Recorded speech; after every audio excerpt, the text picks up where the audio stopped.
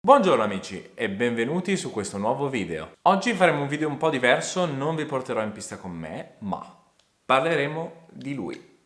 Parleremo infatti del carburatore, il suo funzionamento e i principi della carburazione. Questo video, per motivi di praticità, verrà diviso in 3 parti. Nella prima parte, che è quella che state vedendo adesso, andremo a spiegare quali sono i principi fisici che permettono ad un carburatore di funzionare. Andremo ad analizzare alcuni componenti del carburatore ed il loro funzionamento. Nella seconda parte, che uscirà sul canale comunque a brevissimo, andremo a vedere quali sono i vari circuiti che alimentano il carburatore e quindi il motore in base alle varie aperture del pedale acceleratore. Invece, nella terza e ultima parte, grazie all'aiuto di un banco prova dinamico, andremo ad analizzare come i vari settaggi del carburatore possano influenzare le performance, le temperature e quindi l'affidabilità del motore. Metteremo infatti fisicamente il mio motore su un banco prova e cambiando i settaggi del carburatore andremo a vedere come questi influiscano sulle funzionalità del motore. Sarà veramente molto interessante. Per prima cosa è molto importante andare a spiegare a chi non lo sapesse a cosa serve questo oggetto qui, così profumato. Il carburatore non è altro che l'alimentatore del nostro motore. Infatti serve a fornire al nostro motore la quantità necessaria sia di comburente, in questo caso l'aria, che di carburante, che nel nostro caso in un motore a 2 tempi è la miscela benzina-olio. Ma cosa vuol dire portare la corretta quantità di miscela aria-benzina al motore? La benzina, il nostro carburante, ha bisogno dell'aria per bruciare. In assenza di essa la combustione non potrebbe avere luogo. Proprio come nel caso di questo fornello, che è una sorgente di carburante, in questo caso il gas, la mancanza di aria andrebbe ad impossibilitare la combustione. Nel caso del nostro motore, quindi, sarà proprio il carburatore che si prenderà il compito di andare a dosare la quantità di aria e di benzina necessaria alla combustione. Quindi, qual è il rapporto giusto tra aria e benzina per garantire una combustione ottimale? Il rapporto stechiometrico definisce il rapporto tra aria e benzina ottimale alla combustione. Il rapporto stechiometrico può assumere valori diversi in base a differenti carburanti. Nel caso della benzina si può dire che il rapporto stechiometrico assume il valore di 14,5, ovvero per la corretta combustione di 1 kg di benzina serviranno 14,5 kg di aria. Una combustione che invece non è stechiometrica, quindi non è ottimale, potrà essere o povera o ricca. Una combustione in cui non ci sarà abbastanza aria per bruciare tutto il carburante si definisce ricca. Una carburazione nella quale ci sarà troppa aria rispetto alla quantità di carburante disponibile si definisce invece povera. Queste 2 definizioni sono però solamente a livello teorico.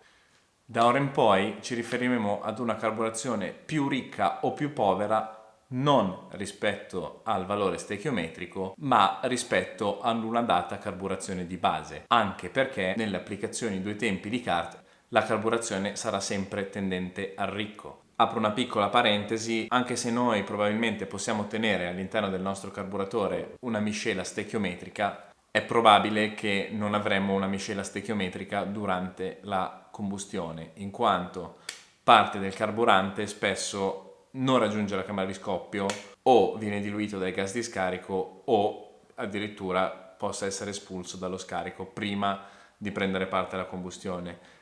È per questo che di solito si cerca di fare una miscela più ricca dello stechiometrico nel carburatore in modo da riuscire ad arrivare a una miscela stechiometrica alla combustione.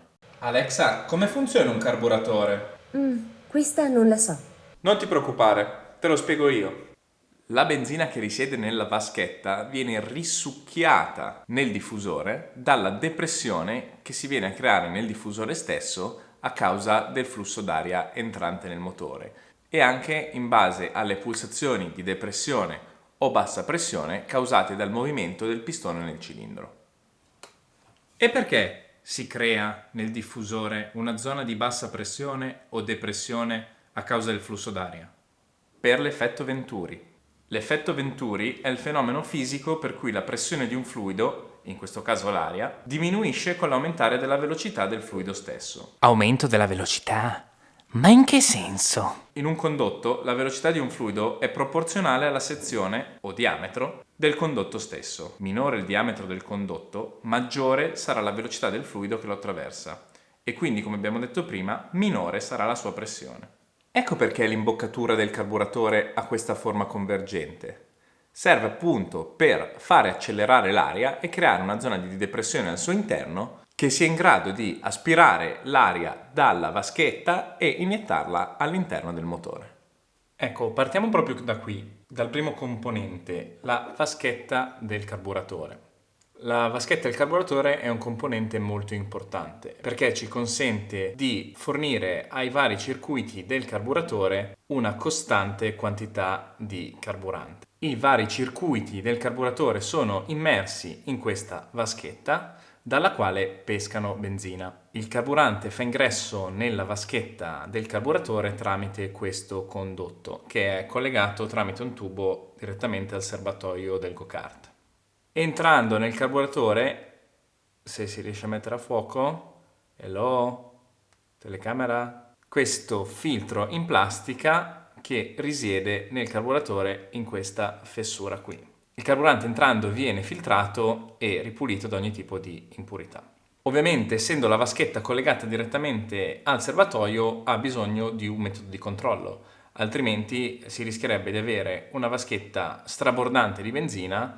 Questo sistema di controllo è il galleggiante. Il livello viene mantenuto costante per mezzo di una valvola di ingresso benzina che si trova qui. È una valvola perché ha il suo relativo stantuffo che la va ad aprire e chiudere.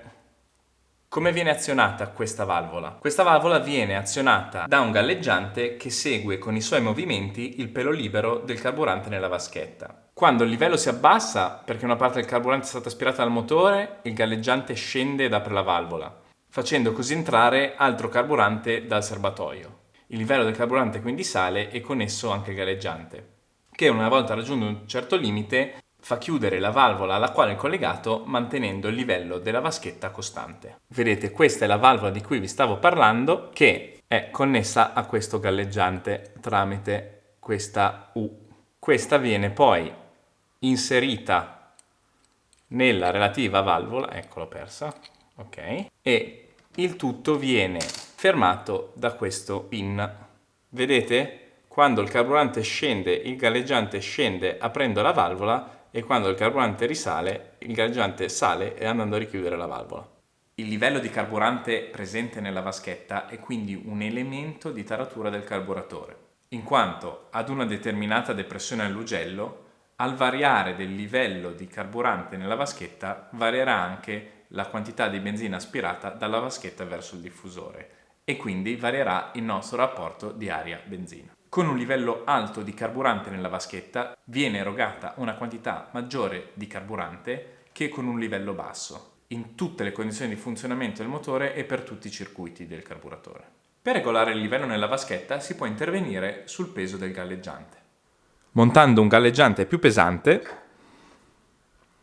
servirà più fluido per farlo sollevare e di conseguenza chiudere la valvola benzina. In questo caso si ottiene una miscela più ricca. Al contrario, montando un galleggiante più leggero, sarà sufficiente un livello del liquido più basso per azionare la valvola e quindi si smagrirà la carburazione. Per vari motivi, uno di questi, la presenza di sporcizia nel carburatore, si potrebbe arrivare ad avere una vaschetta che è troppo piena Una vaschetta troppo piena impedirebbe il normale funzionamento del carburatore, con il rischio che della benzina indesiderata venga spinta all'interno dei condotti involontariamente. Per evitare che ciò avvenga sono presenti due fori, 1 e 2, che sono collegati a due spinotti 1 e 2. I due buchi e gli spinotti sono il sistema del troppo pieno, quindi quando la vaschetta del carburatore è troppo piena, il carburante ha uno sfogo per uscire e venire rilasciato dal carburatore ed impedire di affogare il motore involontariamente. Se andate a vedere uno dei miei video passati, quello al circuito internazionale di Busca, potete vedere che avevo avuto problemi col carburatore e che del carburante usciva da questa pipetta.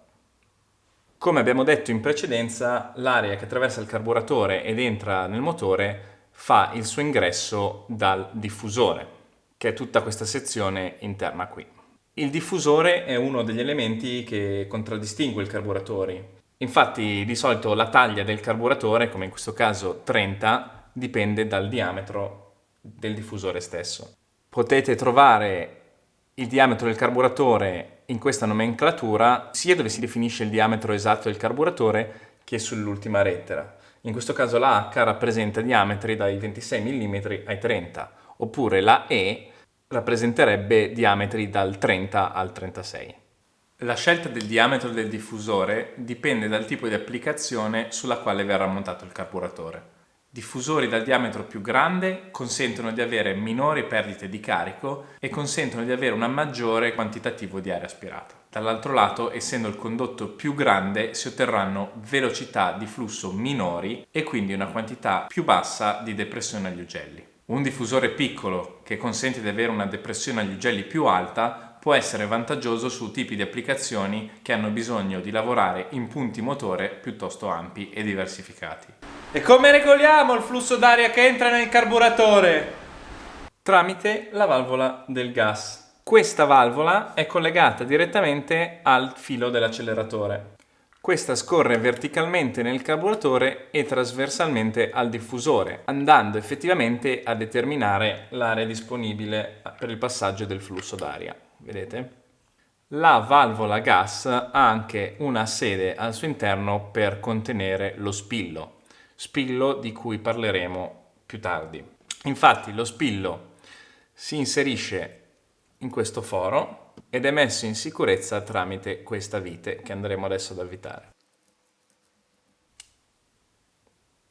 Ultima parte riguardante la valvola gas è la molla per il ritorno in chiusura. Ovviamente senza questa molla, una volta aperta la valvola, non avrebbe modo di ritornare in posizione chiusa. Questa molla ha una parte di ottone e la parte di ottone è molto importante che vada a contatto con l'altra parte di ottone, quindi ottone contro ottone. Andiamo quindi ad inserire la valvola gas nel nostro carburatore. È importante che la parte con lo smusso sia rivolta verso l'entrata dell'aria e quindi verso di qui. Chiudiamo il tutto con il tappo. E voilà, questo è il foro per l'entrata del filo gas. Fantastico. Ho parlato dello smusso, che è questa forma a mezzaluna che trovate sulle valvole gas. Questo smusso può essere più alto o più basso. Diciamo che fino a un quarto di apertura o 25% di apertura, una valvola con smusso più basso arricchisce la miscela, in quanto fa fisicamente passare meno aria all'interno del diffusore, mentre una con lo smusso più alto smagrisce la miscela. La prima lettera della nomenclatura del carburatore, quindi in questo caso la V di VHSH, identifica la tipologia della valvola. Questa valvola può essere una valvola piatta, che viene definita dalla lettera V, valve, oppure può essere una valvola cilindrica, come quella che avevo io sullo scooter, e viene indicata con la lettera P di piston. E che differenza c'è tra una valvola cilindrica e una valvola piatta? La valvola piatta, essendo più corta nella direzione del flusso, consentono di avere una riduzione delle turbolenze del flusso stesso che passano sotto di essa, rispetto a quelle cilindriche che nella direzione del flusso sono più larghe.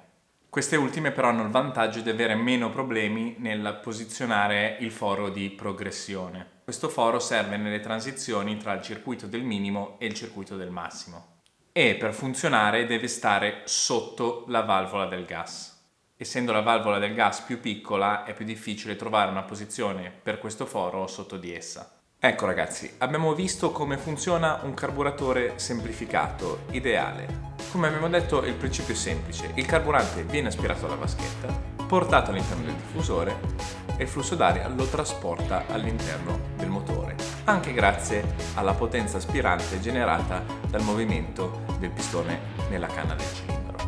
In realtà però un carburatore reale è costituito da più circuiti. Ognuno di questi circuiti serve per garantire il corretto rapporto di aria e benzina per tutte le possibili condizioni di funzionamento del motore, quindi piccole aperture, medie aperture e grandi aperture. Tutto ciò ovviamente non sarebbe possibile solo con un circuito. La prima parte finisce qui, nella seconda parte andremo proprio a discutere e ad analizzare quali sono i diversi tipi di circuito presente nel carburatore, come funzionano e quando funzionano. Quindi andremo a capire quale circuito ha più importanza alle piccole aperture, quali alle medie e quali alle grandi aperture. Rimanete sintonizzati perché a brevissimo, in pochi giorni, uscirà la seconda parte del video. Grazie per aver guardato questo video, ciao!